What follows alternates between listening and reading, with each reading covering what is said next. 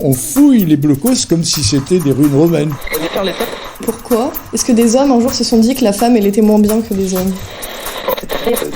Les événements de Paris, ils étaient arrivés chez nous en 24 heures. Les blagues sont basées sur les événements historiques.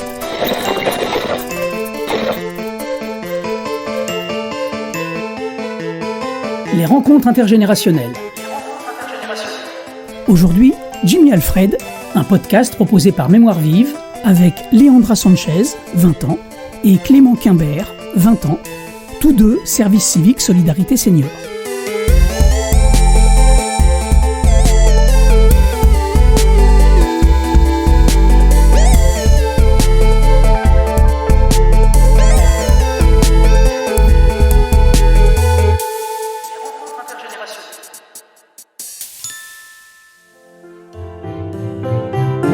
Cher monsieur Alfred, Nous nous appelons Clément et Leandra, avons 19 ans et sommes actuellement volontaires unicité Solidarité Senior à Royan.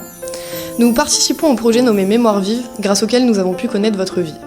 cela serait un plaisir de vous écouter. Votre personnalité, votre amour de l'histoire nous donne grandement envie d'en savoir plus.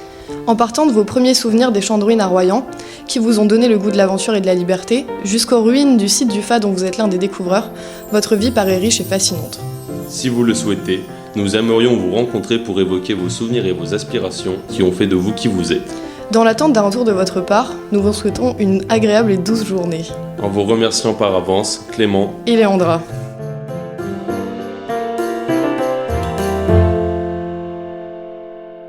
Chapitre 1. Une enfance au goût de liberté. Monsieur Alfred, vous avez passé votre jeunesse à Saint-Georges-de-Didonne, à côté de Royan, pendant la période troublée de l'après-guerre. Qu'est-ce que cela a représenté pour vous ? Quand j'arrive à Saint-Georges-de-Didonne, c'est à l'entour de 6 ans, à peu près. C'était après la guerre. À l'époque, la plage de Saint-Georges était très différente de la plage que l'on connaît maintenant. Il y avait des dunes depuis presque le centre de Saint-Georges jusqu'à la pointe de Suzac. Chaque fois que j'arrivais sur le sable, je passais de l'autre côté du miroir dans un autre monde, mais j'aimais bien être seul dans cet espace, dans ces dunes qui descendaient, puis le sable était magique pour moi. Et c'est une sorte de monde qui disparaissait à marée haute, et c'était un espace entre deux univers. C'était la liberté ?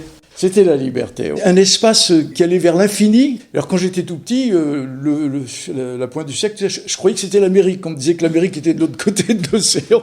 Non, c'était pas tout à fait l'Amérique quand même. Hein. Voilà. Et puis il y avait les rochers. Alors ça, c'était un espace merveilleux, les rochers, parce que j'aimais pêcher. Et de voir que dans une petite flaque d'eau, il pouvait y avoir tant d'espèces vivantes, c'était fascinant. J'avais d'un côté l'infiniment grand avec l'horizon et l'infiniment petit qui était peuplé de manière extraordinaire. Sur la plage de Saint-Georges-de-Didonne, il y a un ruisseau qui part des marais qui sont derrière les dunes, le marais de Chanomoine, et qui se jette sur la plage de Saint-Georges, dans la mer, à cet endroit-là. Et à un moment donné, les anguilles qui se trouvaient dans le marais de Chanomoine partaient pour aller vers la mer des Sargasses, pour traverser l'océan Atlantique. Je me souviens les avoir guettés avec un avenot et d'essayer d'attraper des anguilles quand elles partaient en direction de l'océan.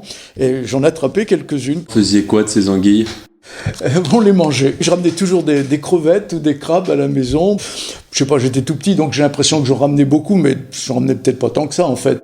Est-ce que vous diriez que cette vie, après, ça a été un événement fondateur pour vous ?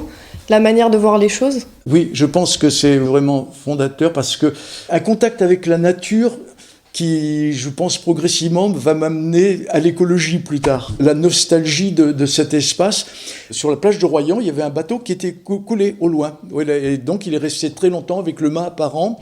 Il y en avait du côté de Suzac aussi. Il y avait plusieurs bateaux comme ça. Alors, la guerre restait encore présente. Alors, il y avait les blocos aussi. Bon, c'était un autre espace à explorer. C'était un univers mystérieux. Alors, ça m'amuse parce que maintenant, on fouille les blocos comme si c'était des ruines romaines. Et concernant la vie du bourg, du village ? Après la guerre, Quand je suis arrivé à Saint-Georges-de-Didonne, il y avait encore des traces de la guerre, si on veut, dans la population, parce qu'il y avait des gens qui étaient accusés d'avoir collaboré. Donc on entendait eux, ils ont collaboré avec les Allemands. Ça c'était les restes de la guerre qui traînaient encore un petit peu. Et puis c'était un pays de pêcheurs, aussi de pilotes. Je découvre encore mieux en ce moment ces pilotes, justement. Pilotes lamaneurs, ils allaient à l'entrée de l'estuaire, monter dans des bateaux qu'ils guidaient jusqu'à Pauillac. Grâce aux recherches généalogiques, on est remonté jusqu'à la période de Louis XIII, Louis XIV. Il y en a un, c'était à la fin du 19e siècle, début 20e siècle, qui est parti comme mousse à 11 ans et qui est allé au Cap Horn. C'est-à-dire, pour être pilote lamaneur, il fallait avoir un vécu, une expérience de mousse, avoir fait des grands voyages, et après on faisait ce travail qui consistait à accompagner les bateaux jusqu'à Pauillac. Et après il devait y avoir d'autres pilotes qui emmenaient les bateaux de Pauillac à Bordeaux. Le nombre de personnes qui étaient pilotes lamaneurs à Saint-Georges, c'est considérable, et ils se marient entre eux. Alors c'est mélangé, il y a des protestants, des catholiques. J'ai replongé dans mon enfance en faisant ces recherches cet hiver-là. Et parce que je retrouvais tous ces gens qui étaient habitués à naviguer, qui se retrouvaient le dimanche dans un café. Et je me souviens qu'il y avait des attroupements et qu'il y avait des bagarres. Même des fois, il y avait des couteaux qui sortaient. C'était, oui, dans 1947, 1948, 49, mais dans ces années-là. C'était une vie très particulière, assez rude. Quand je vois le nombre au 19e siècle de ceux qui meurent aussi avec la chaloupe qui s'est renversée au large de la Pointe de Grave. Donc ça me fait revoir ces gens-là. Bon, ils en bavaient quand même, hein, c'était pas facile ces boulots-là. Dans une famille, ça fait, je sais pas, 7-8 personnes qui ont disparu comme ça. Plus tard, vous découvrez un autre espace, la ville. Racontez-nous, comment l'avez-vous vécu ? À 14 ans, je suis revenu à Saint-Jean-d'Angély. Et là, c'était un autre espace, une ville où on voyait les traces de l'histoire, plus qu'à Royan. Royan, j'avais connu les ruines, j'avais connu la reconstruction. À Saint-Jean-d'Angély, il y a des maisons qui datent du XIIIe, XIVe siècle. L'histoire, elle est un petit peu à tous les coins de rue. Le lycée où je me trouvais, c'était une ancienne abbaye. Les cours se faisaient dans des salles voûtées, donc c'était une plongée dans l'histoire. Votre vocation de professeur d'anglais s'enracine aussi dans l'enfance. Il y avait un grand camp américain à côté de Saint-Jean-d'Angély qui s'appelait le camp de Fontenay. Et donc, il y avait beaucoup d'Américains à Saint-Jean-d'Angély. Et Saint-Jean-d'Angély se transformait le week-end en une ville américaine, quoi. Véritablement une ville américaine, quoi. Alors là, j'étais un grand ado, là. Maintenant, j'avais 14, 15, 16 ans. Et je vivais beaucoup avec les Américains. J'étais à moitié américain, à moitié français à ce moment-là. C'est de là que vous vient votre passion. Et c'est aussi pour ça que vous avez choisi de devenir prof d'anglais. Oui, alors à l'époque, je l'envisageais pas particulièrement, mais j'aimais beaucoup rencontrer des gens qui parlaient une autre langue, qui avaient une autre manière de vivre. Et c'est curieux de voir une ville, pour le coup, qui était une ville très moyenâgeuse, Saint-Jean-d'Angély, se transformer. Le samedi, quand les Américains avaient une permission, ils arrivaient tous dans la ville et il y avait des tas de cafés qui se remplissaient de soldats américains, de jeunes Américains. Il y avait des cafés où il y avait que des Américains blancs, d'autres cafés où il y avait des Américains noirs, puis d'autres cafés où il y avait des blancs et noirs qui se mélangeaient. Moi, j'allais un petit peu partout parce que j'aimais bien rencontrer ces gens-là. Il y avait une nourriture différente un petit peu, bon, donc ça donnait envie d'explorer. Et puis il y avait aussi les blue jeans aussi. Et puis il y avait la musique, le jazz. Alors dans tous les cafés, il y avait des jukebox. Tous les Angériens ne fréquentaient pas les Américains. On était une petite minorité à les fréquenter. J'avais surtout des copines qui fréquentaient aussi les Américains. Bon, il y en a beaucoup qui sont partis aux États-Unis, après qui sont mariés avec des Américains. C'était une vie complètement différente du Saint-Jean-d'Angély, qui, le samedi des jours de foire, il y avait tous les gens de la campagne qui venaient. C'était extraordinaire, quoi. Ça n'avait pas bougé depuis le Moyen-Âge. Je me souviens, parmi mes copains américains, j'en avais un qui était originaire de la Louisiane. Il parlait un vieux français. Et les jours de tous les gens de la campagne qui parlaient encore le patois charentais venaient à la foire.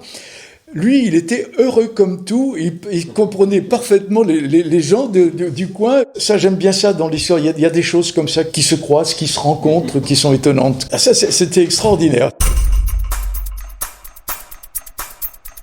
Retrouvez la suite dans le chapitre 2, sous la surface des choses.